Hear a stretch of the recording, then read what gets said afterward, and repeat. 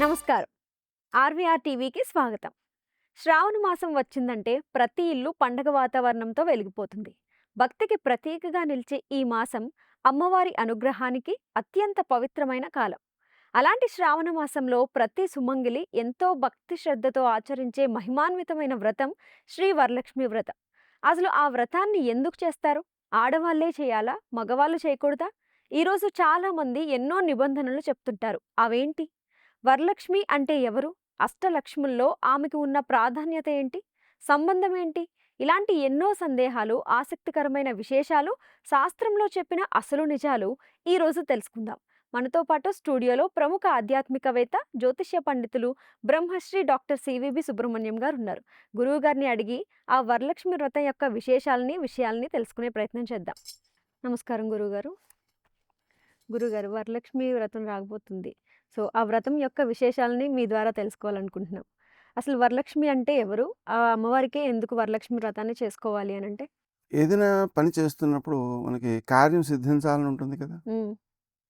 అందుకని సిద్ధలక్ష్మి. హుహు. జీవితానికి ఒక లక్ష్యం ఉంది. అదేమిటంటే మోక్షం. మోక్షలక్ష్మి.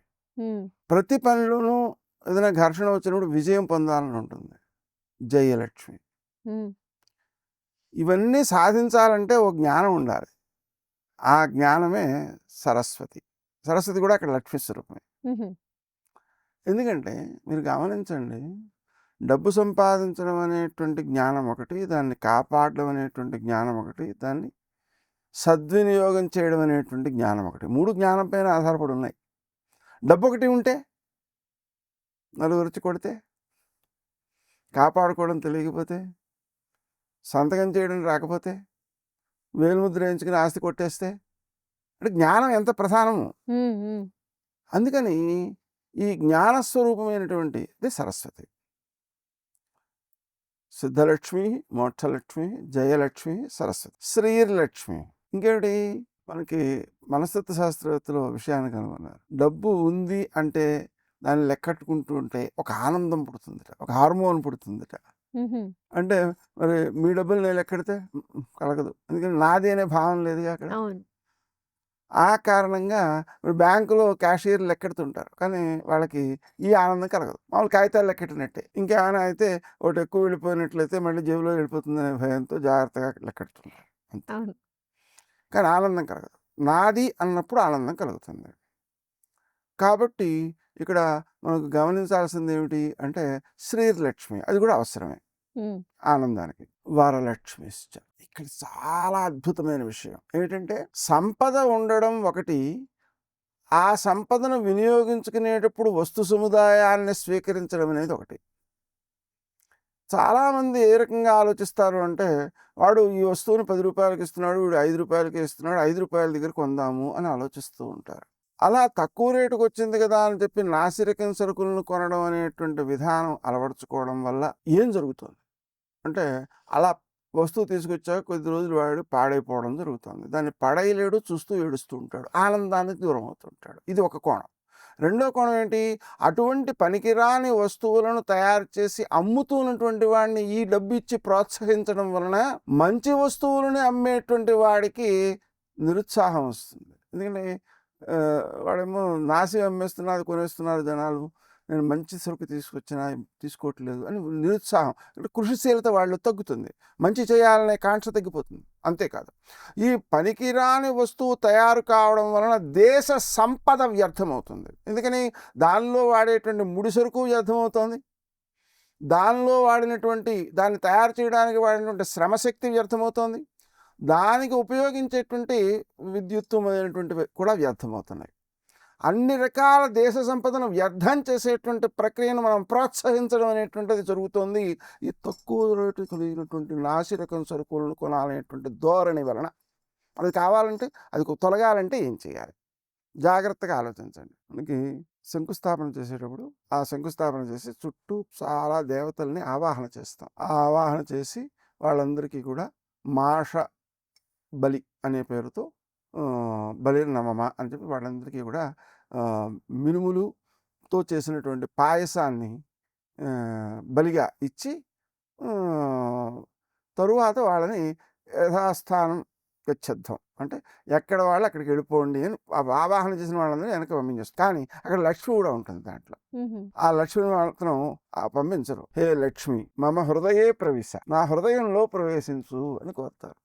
హృదయంలో లక్ష్మి ఉండడం అంటే ఏమిటి? జాగ్రత్తగా ఆలోచించండి.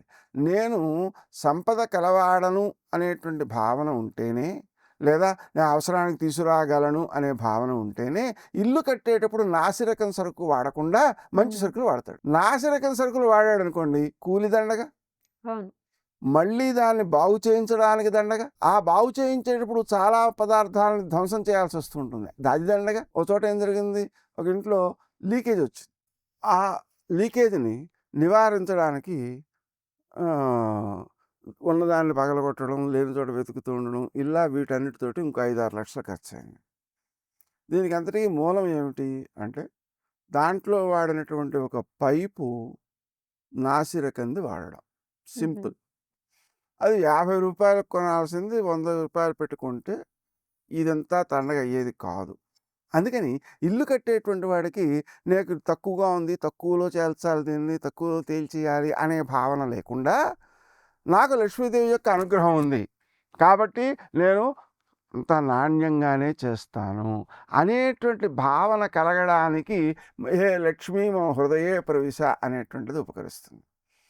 అందుకని మన జీవితంలో కూడా నాసిరకం సరుకులకు తాపత్రయపడకుండా శ్రేష్టమైన వస్తువులకు మాత్రమే ప్రాధాన్యమిచ్చేటువంటి శక్తి మనలో ఏర్పడడానికి వరలక్ష్మీ వ్రతం చేయాలి. అందులోనూ ముఖ్యంగా స్త్రీలలో కూడా తక్కువ రేటుకి కొందామనేటువంటి భావన ఉంటుంటుంది. హ్మ్. ఆ భావన తగ్గి ఏం కావాలి అంటే ఉత్తమమైనటువంటి శ్రేష్టమైన వస్తువులను స్వీకరించేటువంటి మానసిక స్థితి, ఉత్తేజం కలగాలి. దానికి లక్ష్మీదేవి నాలో ఉంది, ఆమె కాపాడుతూ ఉంటుంది అనేటువంటి ధైర్యం కావాలి. అవును. ఇది ఒక కోణం. రెండో కోణం సంతాన లక్ష్యం, అంటే ఉత్తమ సంతానం కలగడం. అంతేకాక ఈ రకమైనటువంటి ఉత్తమమైన వస్తువుల్ని స్వీకరించే మాత్రమే ఉండేటువంటి తత్వం కలిగిన పిల్లలు పుట్టడం, దానికి కూడా ఇది ఉపకరిస్తుంది. అందుకని వరలక్ష్మిని పూజించాలి. అప్పుడు శ్రేష్టంగా జీవనం సాగుతుంది అని అర్థం. గురువుగారు, మరి ఈ వరలక్ష్మి వ్రతాన్ని ఎక్కువగా మనం ఆడవాళ్ళు చేసిందే చూస్తూ ఉంటాం. అంటే మగవాళ్ళు చేయకూడదా? ఇక్కడ సామాన్యంగా ఏం జరిగేదంటే, భార్య వ్రతం చేసుకుంటానికి చేయించేవాడు భర్తే అయ్యేవాడు. హ్మ్. భర్త పక్కన కూర్చుని తాను చదువుతూ, ఆమె చేస్తూ, తాను కూడా చేస్తూ ఉండేది ఇదివరకు. అవును. ఈ మధ్య కాలంలో ఏం జరుగుతుంది అంటే, స్వయంగా చేసుకోవడం అనేటువంటిది కాకుండా ఎవరో పురోహితుడిని పెట్టి చేయించుకోవడము లాంటివి జరుగుతూ అలవాటులోకి వచ్చినందువల్ల పురుషులు దాంట్లో పాల్గొనడం తగ్గిపోయింది. హ్మ్. అది కాక ఇంకో రహస్యం కూడా ఉంది. మనకి పెళ్లి ముందు గౌరీ పూజ చేస్తుంది. గౌరీ పూజ చేసేటప్పుడు అమ్మాయి చేత కూర్చోబెట్టి చేయిస్తూ ఉంటారు. అమ్మాయికి ఇంకా పెళ్లి కాలేదు కాబట్టి అమ్మాయి ఒకతే చేస్తుంది, తప్పదు అది. కానీ ఎవరికి పూజ చేయాలి అంటే గౌరీదేవి పూజ చేస్తారు. కానీ రుక్మిణీ కళ్యాణం అనే ఘట్టంలో భాగవతంలో పురోహితురాండ్రు పూజ చేయించడానికి పెద్ద ముత్తైదులు వచ్చారు, ఆమె పూజ చేయించారు. ఆమె చేత గౌరీ పూజ చేయించేటప్పుడు ఏమని చేయించారు అంటే, శివుడితో కూడి ఉన్నటువంటి గౌరీదేవికి పూజ చేయమ్మా అని చెప్పారు వాళ్ళు. చేత ఈవిడేం చేసింది, ససంతానయుత శివ సహిత గౌరీదేవికి పూజ చేసింది. అంటే సంతానంతో కూడిన భర్తతో కూడిన గౌరీదేవికి పూజ చేసింది. ఆ రకమైన పూజ చేయడం వలన అలాగే కొన్ని దానాలు కూడా చేసింది. అంటే పెళ్లికి ముందు భీష్మ మహారాజు ఆమె చేత దానాలు చేయించాడు. ఏం దానాలు చేయించాడు అంటే, బియ్యం పర్వతాలు, లవణం పర్వతాలు, బెల్లం పర్వతాలు, అప్పాలు, అలాగే నువ్వుల పర్వతాలు, వస్త్రాలు, మంగళసూత్రాలు, ఇవన్నీ కూడా దానాలు. ఎందుకు ఇవన్నీ అంటే, వివాహానికి ముందు చేసేటువంటి అమ్మాయి చేసే దానాల వల్ల ఉత్తమమైన వైవాహిక జీవనం లభిస్తుంది. పుట్టిన వెంటనే నామకరణం ముందు అంటే జాతకర్మ అంటారు దాన్ని. ఆ జాతకర్మ సమయంలో చేసిన దానాల వల్ల వాడి జీవితం బాగా ఉన్నతంగా వృద్ధి చెంది. ఉపనయనంలో చేసేటువంటి దానాల వలన అతని యొక్క ఆధ్యాత్మిక జీవనం వృద్ధి చెంది. ఈ దానాలు మరిచిపోయినందువలన ఆయా అంశాలలో దుఃఖములు, కష్టములు, ఇబ్బందులు ఎదురవుతూ ఉన్నాయి. సరే, ఈమె దానం చేసినందువలన ఏంటి జరిగింది అంటే, ఆ శిశుపాలుడితో సంబంధం తెగిపోయింది. కృష్ణుడు పెళ్లి చేసుకున్నాడు. విశేషించి మిగిలిన వాళ్ళందరికంటే ముందుగా ఈమెకు సంతానం కలిగింది, 10 మంది సంతానం. అంతేకాదు, విచిత్రం ఏంటంటే ఈమె పిల్లలే మంచి పేరు పొందారు, మిగిలిన పిల్లల పేర్లు ఎవరికీ తెలియదు. కృష్ణుడు పాపం తపస్సు చేసి వరం పొంది 16,107 భార్యలకు ఒక్కొక్కరికి 10 మంది మగపిల్లలు, ఒక ఆడపిల్ల సమానంగా జన్మించేలాగా వరం కోరి సంతానాన్ని పొందితే వాళ్ళలో ఏ ఒక్కడికి సరైన పేరు లేదు. ఈ ఈవిడికి పుట్టినటువంటి పిల్లలకే మంచి పేర్లు ఉన్నాయి.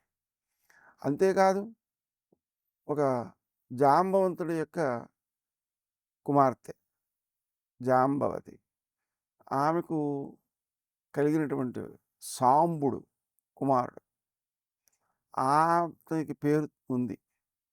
కానీ ఎటువంటి పేరు అంటే యాదవ కులానికి ముసలం పుట్టించిన పేరు.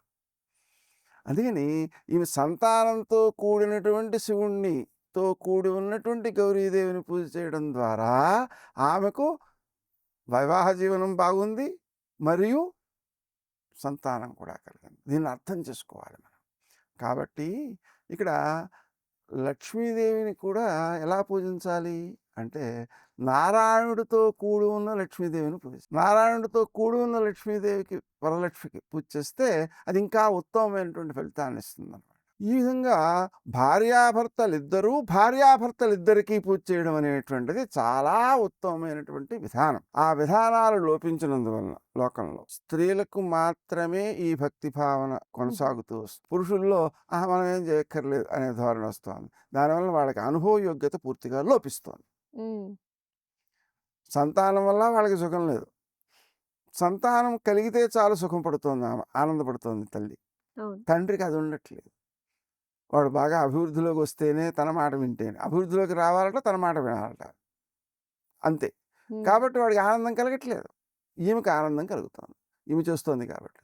అప్పుడు కూడా మనం జాగ్రత్తగా ఆలోచిస్తే చేసే ప్రతి ప్రక్రియలోనూ ఒక ఆనందమయమైనటువంటి ఉత్తమ సమాజాన్ని ఏర్పరచడానికి తగినటువంటి విధానాలు ఉన్నాయి. గురువుగారు, మరి ఈ పూజ చేసేటప్పుడు చాలామంది తెలియక తెలిసి కొన్ని మిస్టేక్స్ చేస్తూ ఉంటారు. అంటే చేయవలసిన పనులేంటి, చేయకూడని పనులేంటి అని? ఇక్కడ మనం చేసేటువంటి విధానాలు కొన్ని లోపాలు జరుగుతూ ఉంటాయి. అయితే చేయవలసిన పనులు ఎలా చేయాలి అనేది కూడా చాలా ముఖ్యం. పృశ్ని సుతపుడు అని ఇద్దరున్నారు. వాళ్ళిద్దరూ తపస్సు చేశారు. విష్ణుమూర్తి ప్రత్యక్షమైనాడు. నీలాంటి కొడుకు కావాలని వరం కోరారు. కోరితే నాలాంటి వాళ్ళలాగా నేనే పుడతానండి అని 3 సార్లు పుడతానని వరం. మొదటిసారి పృశ్ని గర్భుడిగా పుట్టాడు, పుట్టిన వెంటనే తపస్సుకి వెళ్ళిపోయాడు. రెండోసారి వామనుడిగా పుట్టాడు, పుట్టిన వెంటనే దానం పుచ్చుకుందుకు వెళ్ళిపోయాడు. మూడోసారి కృష్ణుడిగా పుట్టాడు, పుట్టిన వెంటనే యశోద దగ్గరికి వెళ్ళిపోయాడు. పుత్రుడు కలిగాడు కానీ పుత్ర సౌఖ్యం కలగలేదు తపస్సు చేస్తే కూడా. అదే యశోద మకర సంక్రాంతి నాడు పెరుగు దానం చేయమని చెబితే, అలాగే దూర్వాసుడు ఈమెకు చెప్పాడు, అలాగే కృపి అనేటువంటి ఆవిడ కూడా చెప్పాడు. కృపి అంటే ఎవరు? ద్రోణాచార్యుని యొక్క భార్య. వీళ్ళిద్దరికీ చెబితే వాళ్ళిద్దరు చేశారు.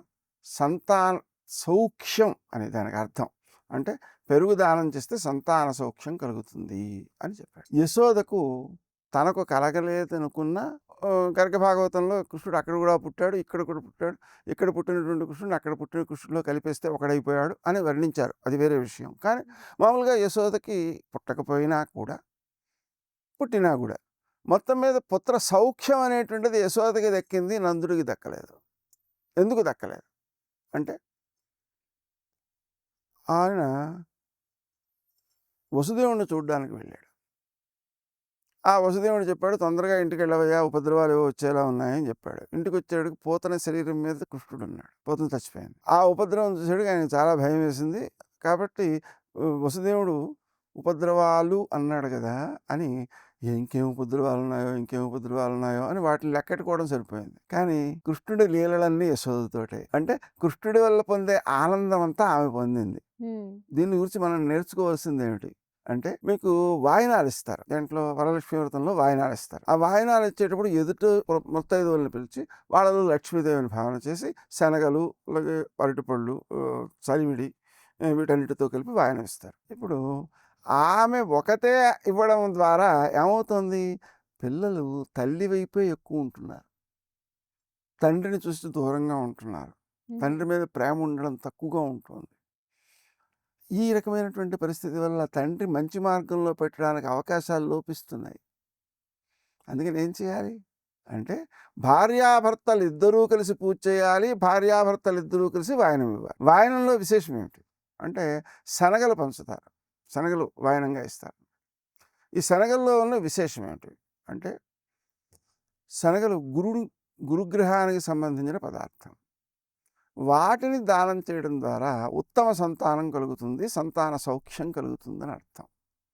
కాబట్టి సంతాన సౌఖ్యము కలిగేటువంటి విధానంలో ఆ శనగల్ని దంపతులు ఇద్దరూ కనుక ఇచ్చినట్లయితే ఇద్దరి యందు సమభావన, ఇద్దరి యందు గౌరవము కలిగినటువంటి పిల్లలు కలుగుతారు. అందుకని ఇద్దరూ కలిపి చేయడం మంచిది. అది కాక ఇంకో పెద్ద విశేషం ఉంది. ఏంటది? ఒక ముత్తైదువుని పిలిచి ఆమెలో సాక్షాత్తు లక్ష్మీదేవిని చూసి నమస్కరించి వీళ్ళిద్దరూ కనుక వాయనం ఇచ్చినట్లయితే పురుషునిలో ఎదుటి వ్యక్తిలో స్త్రీని చూసే లక్షణానికి బదులు దేవిని చూసే లక్షణం అలవడుతుంది కదా. సమాజంలో అది అవసరం. అంటే స్త్రీమూర్తిలో సాక్షాత్తు దైవాన్ని దర్శించే అభ్యాసం పిల్లలకు కలిగించడం, అంటే పురుషులకు కలిగించడం యొక్క ఆవశ్యకత దాంట్లో తేలుతుంది. సమాజం శ్రేయస్కరంగా ఉంటుంది. ఇన్ని రకాల ప్రయోజనాలు ఉన్నాయి. అది కాక మనం ఆ రోజు పలు రకాల పిండి వంటలు, 9 రకాల పిండి వంటలు చేస్తుంటారు. ఎందుకోసం? 9 అనే సంఖ్య దైవ సంఖ్య. ఎలాగైతే 9 సంఖ్య కంటే గొప్ప సంఖ్య ఇంకోటి లేదు. అందుకని 9 తర్వాత వచ్చేది 10 అంటే 1 0. అందుకని పూర్ణ సంఖ్య 9, అది దైవస్వరూపంగా చెబుతారు. కాబట్టి అలా 9 రకాల పిండి వంటలు చేస్తారు, నైవేద్యాలు చేస్తారు. దీంట్లో ఏమిటవుతుంది అంటే అమ్మవారికి ఆహ్వానం పలకడం, ఆదరం చూపించడం అనే ప్రత్యేక శ్రద్ధ కనిపిస్తాం. ఇలాంటివన్నీ చేయడం. తర్వాత తోరం తోరం అనేటువంటిది రక్షణ అంటే మనకు ఆ తోరం మనం దాన్ని ఆ దైవాన్ని ఆవాహన చేసి కట్టడం ద్వారా దైవం మనతో ఉంది అనేటువంటి ఒక స్ఫూర్తి కలుగుతుంది. ఇలాంటి ప్రయోజనాలు చాలా ఉన్నాయి. మొత్తంపై చూసినట్లయితే సంపద వృద్ధి చెందడం, భర్తతో ఆనుకూల్యం సిద్ధించటం, ఉత్తమ సంతానం కలగడం, వారు సమాజానికి పనికొచ్చేవారు కావడం, వారు ఆరోగ్యంగా ఆయుర్దాయంతో ఉండడం, ఇవన్నీ కూడా ఈ వరలక్ష్మి వ్రతం యొక్క ప్రభావాలు. ఇక లక్ష్మీదేవికి అనుగ్రహం కలిగే పనులు చేయాలి. అవి దానాలు అవుతాయి, పూజలు అవుతాయి, అనుకూలతలు అవుతాయి. కోపం వచ్చే పనులు చేయకూడదు. ఎందుకని? లక్ష్మీదేవిని పిలిచాం, ఇంట్లో కూర్చోబెట్టాం, అది విగ్రహం అనుకుంటే ప్రయోజనం ఏం లేదు. సాక్షాత్తు లక్ష్మీదేవి వచ్చి కూర్చుంది. ఎవరైనా మన బంధువులు వచ్చినప్పుడు మనం ఇద్దరం దెబ్బలాడుకున్నాం అనుకోండి, వాళ్ళు పారిపోతారు కదా. అలాగా మనకు ఆ రోజున కలహాలు రాకుండా చూసుకోవాలి. పరస్పరము ఒకరికొకరు అనుకూలతలు కలిగించే పనులు చేయాలి. అలాగని అబద్ధాలు ఆడకూడదు, అపశబ్దాలు పలకూడదు. మన చుట్టూ ఉండేటువంటి అందరిలోనూ కూడా దైవాన్ని దర్శించడం అనేది అలవాటు చేసుకోవాలి. ఇంకో విశేషం, మనం చెత్త మొదలైనటువంటి చెత్త పదార్థాలు ఉంటే దాన్ని జ్యేష్ఠాదేవి అంటూ ఉంటారు. అంటే దారిద్ర్య దేవత అన్నమాట. అందుకని ఇంటిని మొత్తము శుభ్రంగా ఉంచుకోవాలి. ఎందుకని? గృహలక్ష్మి అంటే ఇంటినే ఒక లక్ష్మిగా భావన చేసి దాన్ని చాలా పరిశుభ్రంగా ఉంచుకోవడం, శరీరాన్ని పరిశుభ్రంగా ఉంచుకోవడం, ఆహారాన్ని శుభ్రమైన దాన్ని తయారు చేయడం, ఇవన్నీ కూడా పరిశుభ్రతకు సంబంధించి చాలా ముఖ్యమైనటువంటి విషయం. అలా కొంతమంది నైవేద్యం అనేటప్పటికి ఏం చేస్తుంటారు, ఒక పళ్ళెంలో అన్నం పెట్టేసి దాంట్లో ఇంత పప్పు, ఇంత మజ్జిగ, ఇంత ఏదో అన్ని చుట్టూ వేసేసి పెడుతుంటారు. అది దైవానికి పెట్టే విధానం అది కాదు.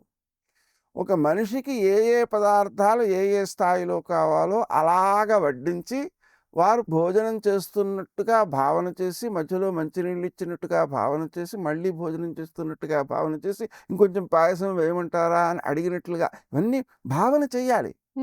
ఎదుట మనం లక్ష్మీదేవిని చూడాలి. ఆ విధమైనటువంటి స్ఫూర్తితో మనం కనుక చేసినట్లయితే మంచి మేలు కలుగుతుంది. ఇంకా దీపారాధన. దీపారాధన చేసేటప్పుడు సామాన్యంగా ఏం చేస్తున్నారు, కొంతమంది తెలియక ఒక దీపం పెడుతుంటారు, కొంతమంది 2 దీపాలు పెడుతుంటారు. నిజానికి దీపారాధన అనేటువంటి దానికి ఒక ప్రత్యేకత ఉంది. 2 వైపులా అమ్మవారికి దీపం పెట్టాలి. ఆ పెట్టేటప్పుడు అమ్మవారికి కుడివైపున అంటే మనకి ఎడంవైపు, అంటే ఎడంవైపున ఎందుకు చెప్పట్లేదంటే మనం అమ్మవారిని పశ్చిమముఖంగా పెట్టి తూర్పున, పశ్చిమముఖంగా పెట్టి మనం ఉత్తరముఖంగా కూర్చుని కూడా పూజ చేయొచ్చు. అప్పుడేమవుతుంది, ఎడం పక్క కుడి పక్క అనేది మనకు తెలియదు. అమ్మవారికి కుడి పక్కన ఆవునేతి దీపం. అమ్మవారికి ఎడం పక్కన నువ్వుల నూనె దీపం. నువ్వుల నూనె దీపం పెట్టడం వలన మన యొక్క పాత కోరికలు తీరుతూ ఉంటాయి, అయిపోతుంటాయి తీరి. కుడిపక్క పెట్టడం వలన ఆవునేతితో దీపం పెట్టడం వలన జ్ఞానం కలుగుతుంది. అంటే పాత కోరికలు మోక్షానికి అడ్డం కాకుండా తొలగడం, అయిపోవడం, కొత్త కోరికలకి అవకాశం లేకుండా ఉండడం కోసం జ్ఞానం కలగడం. జ్ఞానం కలిగితే కొత్త కోరికలు తగ్గిపోతాయి. ఎందుకంటే ఏదైనా ఒక వస్తువు చూసామనుకోండి, గమ్మున కావాలనిపించింది అనుకోండి, ఆ కావాలనిపించడం ఎప్పటిదాకా అంటే దాంట్లో ఉండే దోషాలు కనిపించనంత వరకు. దోషాలు ఉంటాయా? దోషాలు లేకపోవచ్చు, ఉపయోగం కూడా లేకపోవచ్చు. మనం ఈ ఉపయోగం ఉంటుంది లేదో అనేది ఎలా తెలుస్తుంది? మన ఇంట్లో ఉన్న సరుకులన్నీ లిస్ట్ రాసుకుంటే, ఎప్పుడెప్పుడు ఏ ఏ వస్తువులు కొన్నామో వాటిని అన్నిటిని వాడకుండా ఉన్నామో చూసుకుంటే అప్పుడు అర్థమవుతుంది 95% మనం అనవసరంగా కొన్నామని. ఎవరికి వాళ్ళే చూసుకొచ్చేది. కాబట్టి ఆ రకమైన జ్ఞానం అనేటువంటిది వృద్ధి చెందితే ఆ వస్తువు ఏమిటి, దాని ప్రయోజనం ఏమిటి, దాని తర్వాత పరిణామం ఏమిటి అనేది ముందే ఆలోచన చేసి దాన్ని ముందే విరమిస్తాడు కూడా. అందుకని పాత కోరికలు తీరిపోవాలి, కొత్త కోరికల యొక్క ఉత్పత్తి తగ్గిపోవడం కోసం జ్ఞానం బాగా పెరగాలి. ఆ రెండు కోసం 2 దీపాలు పెట్టాలి. ఈ 2 పక్కన దీపాలు పెట్టినప్పుడు కూడా ఎలా ఉండాలి అంటే, ఒక 3 ఒత్తులతో ఒక దీపం పెట్టాలి. అంటే 2 చోట్ల, ఇక్కడ 3 ఒత్తులతో, అక్కడ 3 ఒత్తులతో. ఇది దేనికి సంబంధించింది అంటే మోహినీదేవికి సంబంధించినది. మోహినీదేవి అంటే మోహాన్ని కలగజేయడం అని అర్థం. మనకు మోహం కలగడం వల్ల ఏమవుతుందో తెలుసా? మన పుణ్యం వ్యర్థమైపోతుంది. అనవసరం సరుకులన్నిటి యందు వ్యామోహంతో కొనేస్తుంటాం. పనికొస్తుందేమో, ఉపయోగపడుతుందేమో, అలా కొనేసినవన్నీ ఇంట్లో కనిపిస్తూనే ఉంటాయి. ఈ పనికిరాని వస్తువుల యందు మోహం కలగకుండా ఉండడానికి, ఎందుకనంటే మన పుణ్యం వ్యర్థం కాకూడదు. మోహం వల్ల పుణ్యం వ్యర్థమైపోతుంది. అలా వ్యర్థం కాకుండా ఉండడం కోసం 3 ఒత్తులతో ఒక దీపం పెట్టాలి. చిత్రగుప్తుడు ఒక ఆయన ఉన్నాడు. ఆయన మన పాపాల చిట్టా రాస్తూ ఉంటాడు. ఆయనకి పుణ్యం సమకూడాలి అని దేవుడికే 5 ఒత్తులతో ఆయన్ని ఉద్దేశించి పెట్టాలి. అంటే మన కోసం కాదు. మోహినీదేవికి పుణ్యం రావాలని 3 ఒత్తులతో దీపం, చిత్రగుప్తుడికి పుణ్యం రావాలని 5 ఒత్తులతో దీపం. అది పెడితే ఏమవుతుంది అంటే, ఎప్పుడైనా సరే మనకు ఆనందం కలిగే పని చేస్తుంటాం. మంచి పని చేస్తే ఆనందం కలిగితే ఎంత బాగుంటుంది. చెడ్డ పని చేస్తేనే ఆనందం కలిగితే ఇబ్బంది కదా. కాబట్టి మనం ఆయనకి పుణ్యం సమకూడడం కోసం 5 ఒత్తులతో దీపం పెడితే, వాడు మన పుణ్యం కోసం దీపం పెట్టాడు, వాడికి కూడా పాపాలు చేయకుండా చేయిస్తే బాగుంటుంది. మనకి పాపం ఇచ్చాడు, పుణ్యం ఇస్తున్నాడు కదా, అందుకని వాడికి పాపం కలగకుండా చేయాలి. అంటే వాడికి మంచి పనులలో ఆనందం కలిగే మానసిక స్థితిని కల్పిస్తే వాడు చెడ్డ చేయడు. చెడ్డ చేయలేదు కాబట్టి నేను చెడ్డ రాయక్కర్లేదు. వాడు చెడ్డ చేస్తే రాయకుండా ఉండడం కాదు ఇది. ఈ దీపం లంచం కాదు. వాడు తప్పు చేయకుండా చేసేటువంటి మానసిక స్థితి అనేది కలుగుతుంది. అప్పుడు ఏమవుతుంది? పాపం అనుభవించవలసిన పరిస్థితి తగ్గిపోతుంది. చిత్రగుప్తుడు రాసే చిట్టా తగ్గిపోతుంది. తర్వాత 5 ఒత్తులతో కూడినటువంటి మరో దీపం పెట్టాలి. ఇదేమిటి అంటే దేవుడికి. లేదా పువ్వొత్తితో పెట్టిన దీపం కూడా పెట్టచ్చు. ఎందుకంటే పువ్వొత్తులోనే కొన్ని ఒత్తులు కలిసి ఉంటాయి కాబట్టి పువ్వొత్తి కానీ, లేకపోయినట్లయితే 5 ఒత్తులతో దీపం కానీ 3వది వెలిగించాలి. అలాగా ఇటు ఆవునేతి దీపంలోనూ 3 దీపాలు ఉండాలి, నువ్వుల నూనె దీపంలోనూ 3 దీపాలు ఉండాలి. అలా చేసినట్లయితే చాలా ప్రయోజనం కలుగుతుంది. గురువుగారు, మరి వరలక్ష్మి వ్రతాన్ని చేసుకోవడం వల్ల మనకి ఎలాంటి ఫలితం వస్తుంది అని అంటే? ఉత్తమ సంతానం కలుగుతుంది. ఆ ఉత్తమ సంతానం ఐశ్వర్యంతో, అనుభవయోగ్యతతో. ఇక్కడ డబ్బు ఉంటే సరిపోదు, అనుభవయోగ్యం కావాలి. అంటే డబ్బు అనేటువంటి దానికి, ఐశ్వర్యం అనే దానికి తేడా ఏమిటంటే, ఐశ్వర్యం అనేటువంటిది అనుభవయోగ్యత కలిగినది అని అర్థం. అలాగనే అనుభవయోగ్యత కావాలంటే ఏం కావాలి? ముందు ధనం ఉండాలి, తర్వాత దాన్ని అనుభవించాలంటే ఆరోగ్యం ఉండాలి. ఆ ఆరోగ్యంతో పాటు నలుగురితోనూ, బంధువులతోనూ కలిసి ఉండే లక్షణం ఉండాలి. ఎందుకంటే బంధుజనై సహ భుక్తం ఎంత రుచికరమైన పదార్థమైనా అందరూ కలిసి సరదాగా తింటుంటే వచ్చేటువంటి ఆనందం ఒంటరిగా కూర్చొని తింటుంటే ఏమొస్తుంది? రాదు. కాబట్టి మన భగవద్గీతలో మాట చెప్తాడు. అంటాడంటే, ఏ పచంతి ఆత్మకారణ భుంజంతే త్వహం పాప. వాళ్ళు తింటున్నది అన్నం కాదండి, పాపం అండి. ఎందుకు ఆ పాపం అంటే, ఏ పచంతి ఆత్మకారణ, తమకు మాత్రమే వండుకుని తింటుంటే అది అన్నం కాదు పాపం అని చెప్పాడు. అంటే నలుగురు కోసం, బంధువుల కోసం, అతిథుల కోసం కలిపి వండినటువంటి పదార్థాన్ని అందరితో కలిసి భోజనం చేస్తే అది నిజమైన సంపద. కాబట్టి ఇప్పుడు నలుగురిని ముత్తైదువుల్ని పిలిచి వాయినాలు ఇవ్వడంలో కూడా అదే తాత్పర్యం. కాబట్టి అలా అందరితో కలిసి ఆనందపడేటువంటి లక్షణాల్ని ఆలోచించండి. మనకి ఇష్టమైన పదార్థాలు మనం ఒక్కళ్ళం తింటుంటే కొంత ఆనందం కలుగుతుంది. అందరూ కలిసి సరదాగా దాన్ని తింటుంటే ఇంకా ఆనందం అందుకని మనం లక్ష్మీదేవిని ఎందుకు పూజించుకోవాలి? సిద్ధలక్ష్మి కోరికలు తీరడం, మోక్షలక్ష్మి మోక్షం సిద్ధించడం, జయలక్ష్మి మనం చేసే పనుల్లో విజయం సిద్ధించడం, సరస్వతి జ్ఞానవంతమైన జీవనం ఉండడం, శ్రీలక్ష్మి డబ్బుకి ఇబ్బంది లేకుండా ఉండడం, వరలక్ష్మి శ్రేష్టమైన వస్తువులను మాత్రమే స్వీకరించేటువంటి ప్రత్యేక లక్షణం.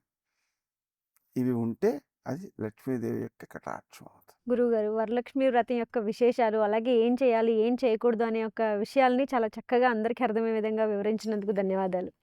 చూశారు కదా, గురువుగారు వరలక్ష్మి వ్రతాన్ని ఎలా చేసుకోవాలి, ఎలా చేసుకోకూడదు, చేసుకోవడం వల్ల వచ్చే ఫలితం ఏంటి అనే విషయాల్ని చాలా చక్కగా అందరికీ అర్థమయ్యే విధంగా వివరించారు.